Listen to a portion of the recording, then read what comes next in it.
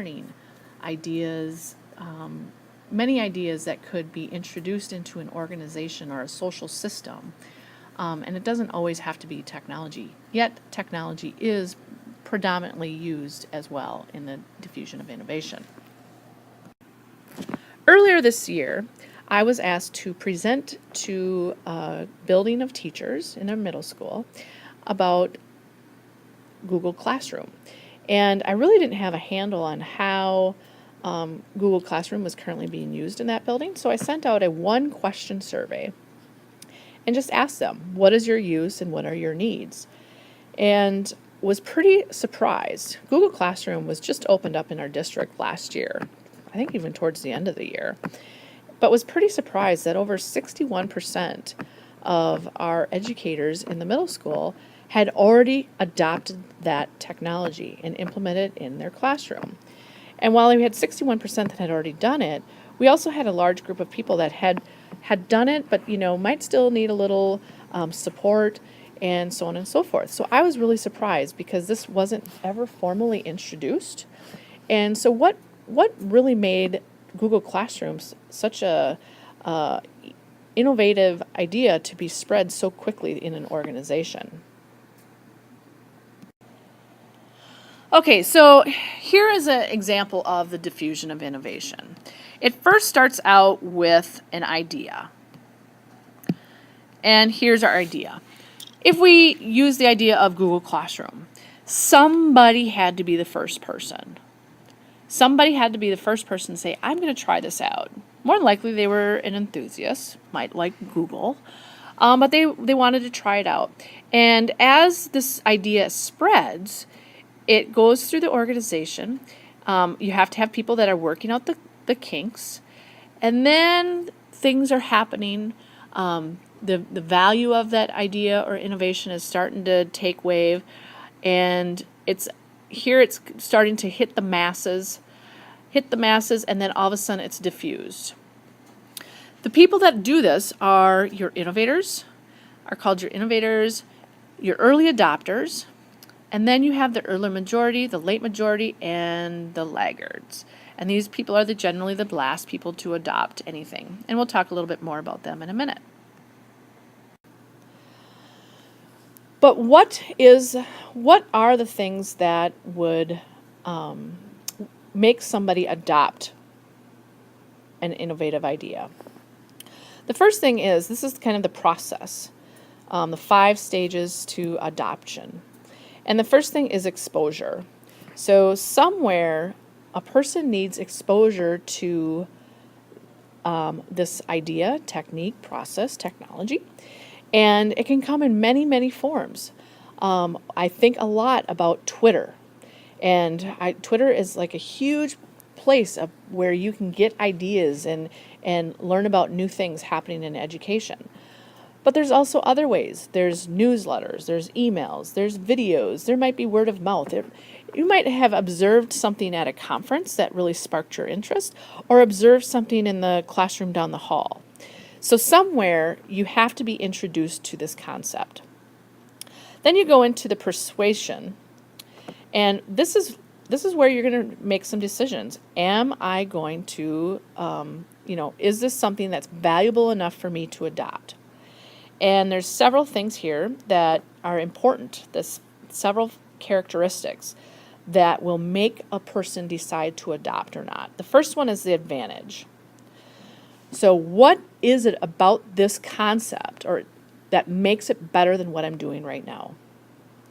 So when you think about the definition of innovation, first different, then better, it clearly should have a better way of either doing things or a better output.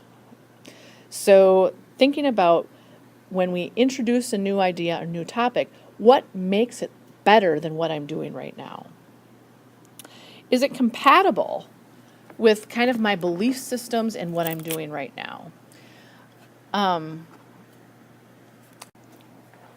So, for instance, some of the things, it can also be like the needs. It can be experiences that I've had. It can be the values that I have. One example of experiences or needs is our adoption of Infinite Campus. Our previous student information system could not keep up with our demands and our needs.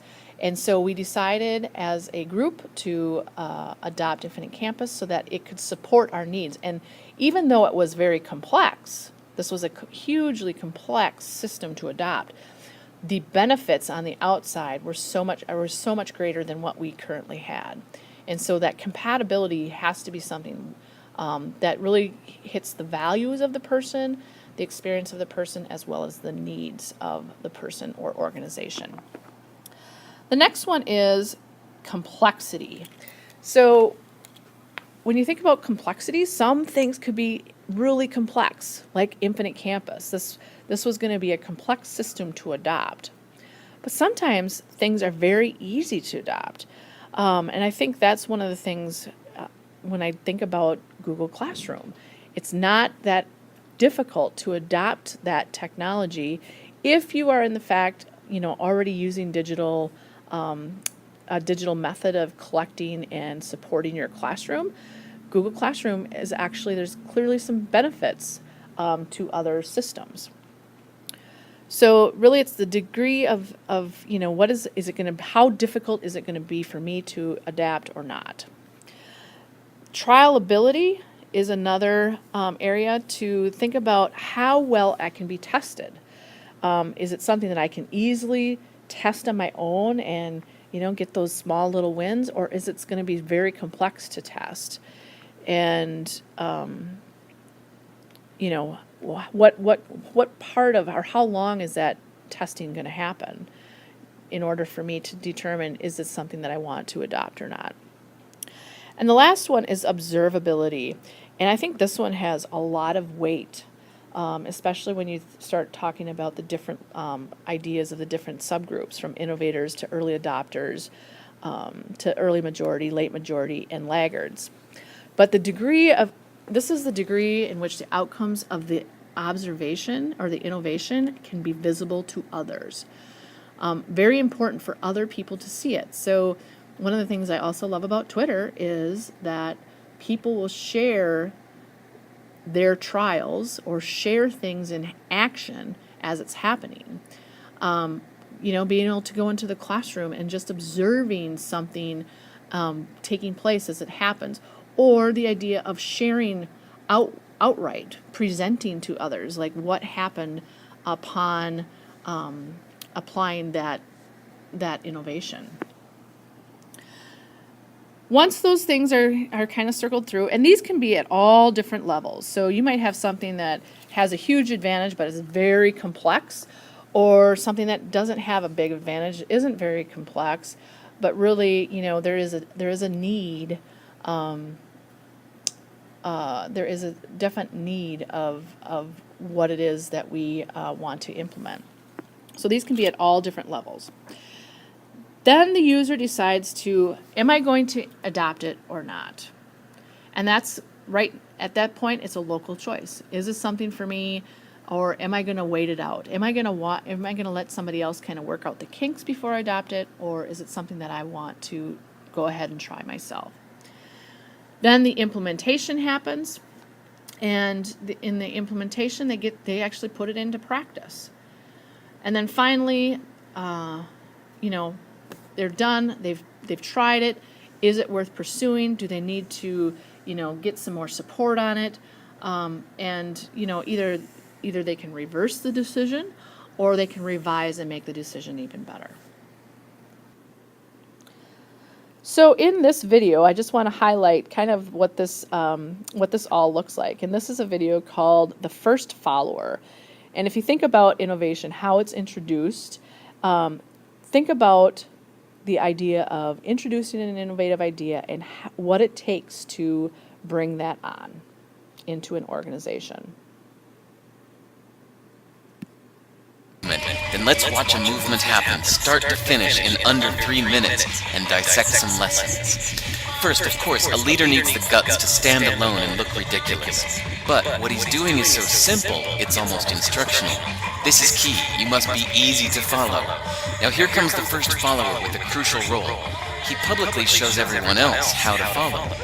Notice how the leader embraces him as an equal. So it's not about the leader anymore, it's about them, plural. Notice how he's calling to his friends to join in.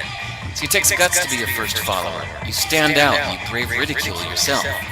Being a first follower is an underappreciated form of leadership. The first follower transforms a lone nut into a leader. If the leader is the flint, the first follower is the spark that really makes the fire. Now here's the second follower. This is a turning point. It's proof the first has done well. Now it's not a lone nut and it's not two nuts. 3 is a crowd and a crowd is news. A movement must be public. Make sure outsiders see more than just the leader. Everyone needs to see the followers because new followers emulate followers, not the leader. Now here come 2 more people, then 3 more immediately. Now we've got momentum. Notice This is the the bowling tipping alley. point, and now we have a movement. As more people jump in, it's no longer risky. If they were on the fence before, there's no reason not to join in now.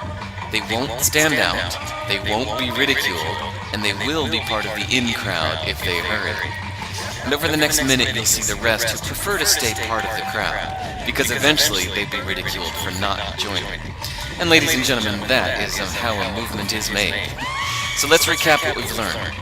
If you are a version of the shirtless dancing guy, all alone, remember the importance of nurturing your first few followers as equals, making everything clearly about the movement, not you.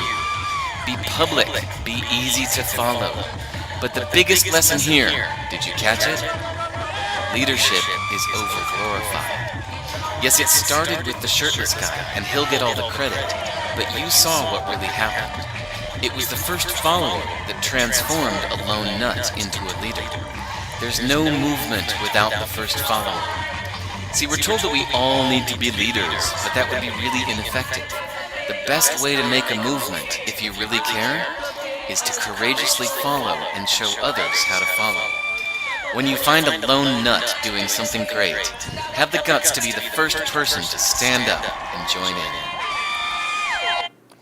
Okay, so as you can tell, you had that lone nut, the innovator, and it really kind of cycled through this idea of the diffusion of innovation. Well, at this point, the innovation is what? Dancing really crazy, right? But think about that as you have probably been a part of some kind of idea that either was successful or failed miserably. And more often, these innovations really depend on the social system of an organization, not just about the ideas themselves. And so I want to go back to this idea of Google Classroom, and as I reflect upon the diffusion of innovation, if you go back, if we look back at the laggards, and the laggards, generally are 16%. This is kind of interesting how right now we have 16% of the teachers that reported on this survey that had not used Google Classroom at all.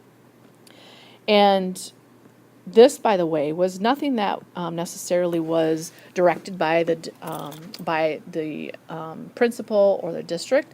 This was just kind of an autonomous kind of thing that happened within the organization. But when you have 61.5% that are actively using that technology, what made it so easily adoptable? And I think we go back to the idea of the trialability.